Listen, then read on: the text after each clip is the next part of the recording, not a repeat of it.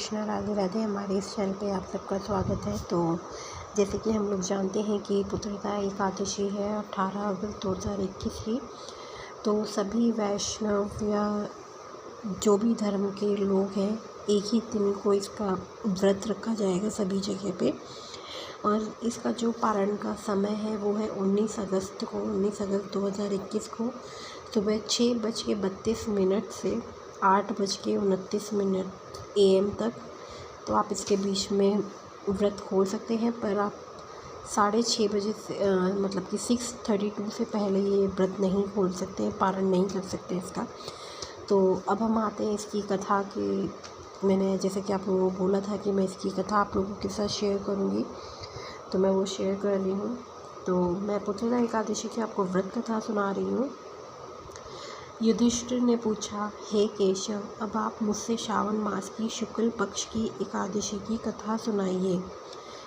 तब श्री कृष्ण ने कहा, हे राजन, इसका नाम पुत्रदा एकादशी है। यह पुत्रों के सहित सभी सुखों को प्रदान करने वाली है, सब पापों को नष्ट करने वाली है और सद्गति को देने वाली एकादशी है। इसीलिए इस कथा को ध्यानपूर्वक सुने। प्राचीन समय में द्वापर युग के प्रारंभ में महिष्मती नाम की नगरी में महिजीत नाम का राजा राज्य करता था। वह पुत्रहीन था, जिसके कारण वह हर समय चिंतित और दुखी रहता था। उसे अपना राज्य दुखदायी प्रतीत होता था, क्योंकि बिना पुत्र के संसार में इस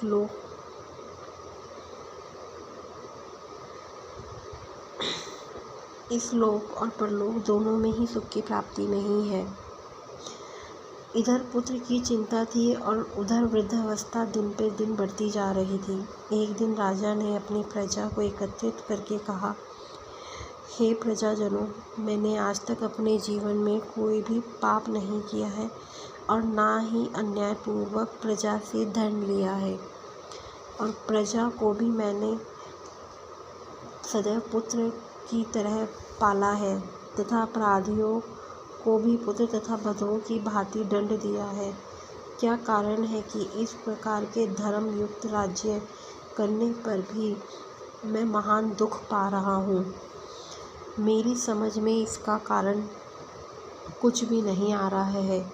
राजा महिजीत के दुख का कारण जानने के लिए उसके मंत्रीगण अत्यंत चिंतित होकर एक वन की तरफ चले गए।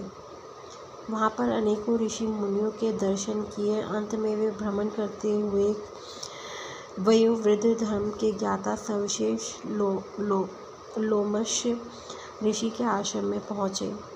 मंत्रियों ने जाकर ऋषि को प्रणाम किया और हाथ जोड़कर विनम्र निवेदन पूर्वक प्रार्थना करने लगे, हे देव, हमारे अहोभाग्य है कि हमें आपके दर्शनों का लाभ मिला। लोमश ऋषि ने कहा, हे ब्राह्मणों, आपके इस सद्व्यवहार से मुझे अत्यंत प्रसन्नता हुई है। अब आप मुझे अपने आने का कारण निसंकोच होकर मुझसे कहो।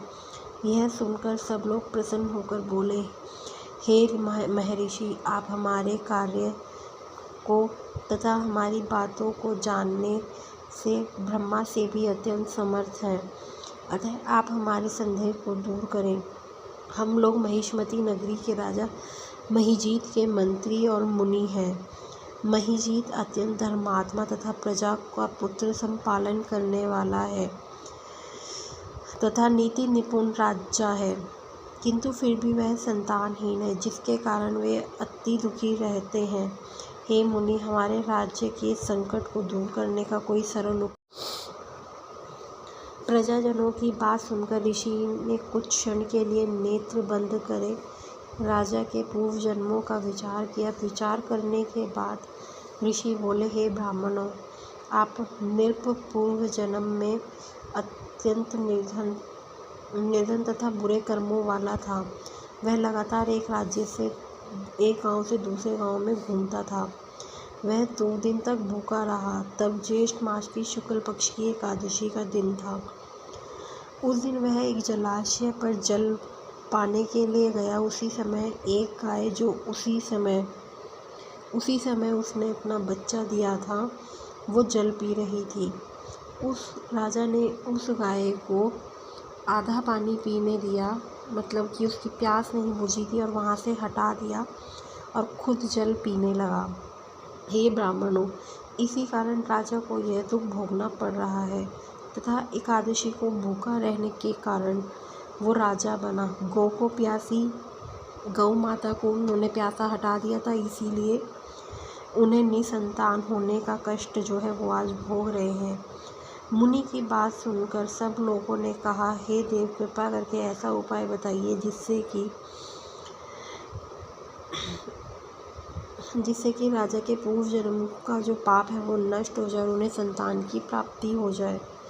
ब्राह्मणों के वचन सुनकर लोमश ऋषि बोले, हे ब्राह्मणों, श्रावण मास की शुक्ल पक्ष की एकादशी को राजा के साथ मिलकर आप सब भी व्रत करें और रात को जागरण करें और व्रत के फल को राजा के लिए संकल्प करें। मतलब कि जो एकादशी का व्रत का फल होता है वो आप अपना ना लेके उसका संकल्प राजा के ऊपर दे दें, मतलब कि वो फल आप राजा को दे दें, तो उन्हें पुत्र की प्राप्ति अवश्य होगी। सब हाथ जोड़कर ऋषि मुनि से जो भी सैनिक और जो भी मुनि गए थे वो हाथ जोड़कर अपने राज्य वापस आए और एकादशी के दिन उन्होंने राजा के साथ मिलकर लोमश ऋषि ने जैसे बताया था कि आप एकादशी का व्रत करें, संकल्प करें राजा के लिए, विधि पूर्वक व्रत करके उसके पुण्य का फल उन्होंने फिर राजा को दे दिया, जिसके प्रभाव से रानी गर्भवती हुई और गर्भवती होने के 9 महीने के पश्चात उन्होंने अत्यंत ही सुंदर लड़के को जन्म दिया, पुत्र को। हे राजन, इसीलिए इस एकादशी का नाम पुत्रदा एकादशी है। फ्रेंड्स, आपको ये कथा कैसी लगी? एकादशी के व्रत हम सभी करते हैं, मोस्टली जो ठाकुर जी की सेवा करते हैं वो लोग तो करते हैं। आपको ये वीडियो कैसा लगा और आपके लिए थोड़ा भी हेल्पफुल है तो please like share subscribe my channel. Hare Krishna, Radhe Radhe.